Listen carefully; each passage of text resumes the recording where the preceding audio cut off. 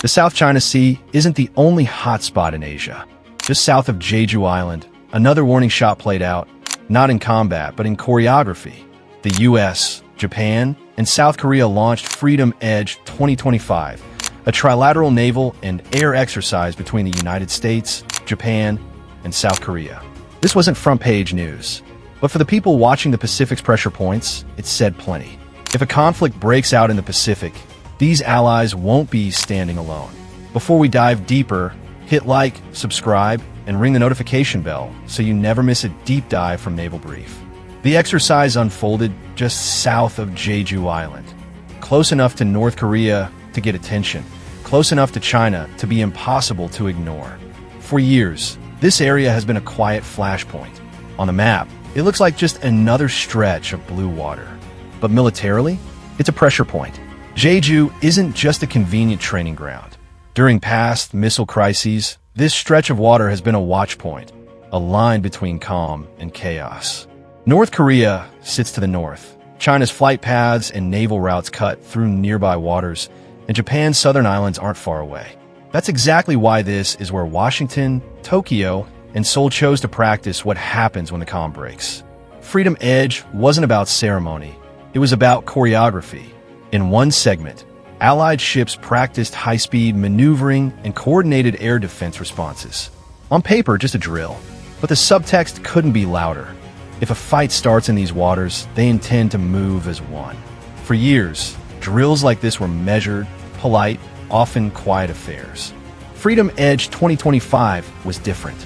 This time, there was an intensity behind the formation. Allied destroyers and frigates pushed close together in strike group patterns. Fighter aircraft looped overhead in timed intercept drills, and joint radar networks lit up the skies. Every move was meant to be seen, not just by each other, but by satellites, listening stations, and analysts sitting in Beijing and Pyongyang. What makes this exercise stand out is not the size of the fleet, but who is involved and how they're moving. The US, the world's most powerful navy. Japan, steadily expanding its defense posture. And South Korea, a nation that lives daily with North Korea just across the demilitarized zone. Together, they've shifted from cautious partners to a sharper, faster, more coordinated team. And they're showing it. Analysts say this drill isn't aimed at a single event. It's aimed at deterrence. North Korea has fired off over 100 ballistic missiles in recent years, and China's military footprint keeps expanding. From artificial islands in the South China Sea to carrier strike groups shadowing U.S. allies in the region. Freedom Edge is the kind of operation meant to make any potential adversary think twice. And it's not just about ships and planes. Behind the scenes, the three allies tested secure data links, coordinated air-sea responses, and practiced decision-making in a fast-moving simulated conflict. This is the quiet part of deterrence. The part that doesn't make headlines, but sets the tempo long before any real shots are fired. For China, this is hard to ignore.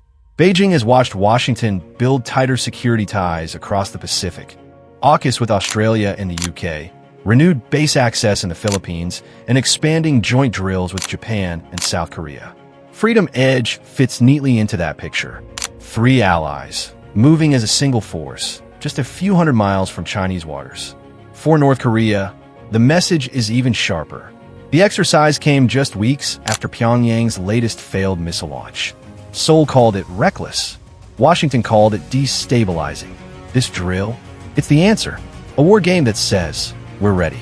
The scale of Freedom Edge 2025 was not massive, but it didn't have to be. This wasn't about showing off hardware. It was about proving coordination. A South Korean destroyer locking onto a simulated missile thread, while a Japanese F-15 streaks overhead. A U.S. Aegis-equipped cruiser feeding targeting data to Allied radar nets. This isn't theory anymore. It's muscle memory being built in real time. And it's that muscle memory that turns treaties on paper into something real at sea. For many of the sailors involved, this isn't just another drill. It's a sign of how fast the security environment is shifting. A decade ago, these three nations often worked together, but separately, each focused on its own defensive needs. Now, they're starting to think like a single unit. At sea, that kind of unity matters, because real crises don't wait for coordination calls. Real crises happen in seconds. Freedom Edge is also notable for where it took place. Jeju Island is often called the gateway to the Pacific Northeast, close to key sea lanes and strategic choke points. If a major regional conflict ever erupts, it's one of the areas where the first ripples will be felt. That's why, while the exercise may have looked calm to anyone watching from the shoreline, every move carried weight. Fighter patrols weren't just loops. Radar locks weren't just tests. They were dry runs for a fight nobody wants, but everyone's preparing for. And those warships moving in tight formation weren't just practicing. They were sending a message.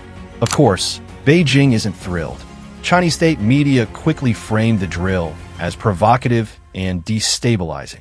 That reaction isn't surprising. They call just about anything that isn't their idea provocative. In strategic messaging, perception is everything.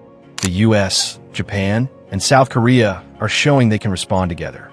China wants to project the opposite, that alliances can be broken, coordination can falter, and Washington can be stretched thin.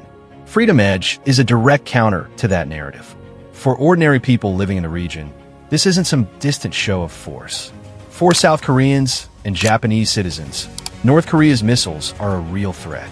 For U.S. sailors stationed in the Pacific, this is the neighborhood they live in. That's part of why this drill matters. It's both message and rehearsal. It tells allies, we're with you. It tells adversaries, don't try it. And it tells everyone watching, the balance of power in the Pacific is being shaped right now, not years from now. It's worth remembering, Freedom Edge isn't a one-off.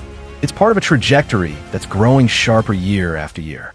More joint drills, more integrated defenses, more visible displays of unity.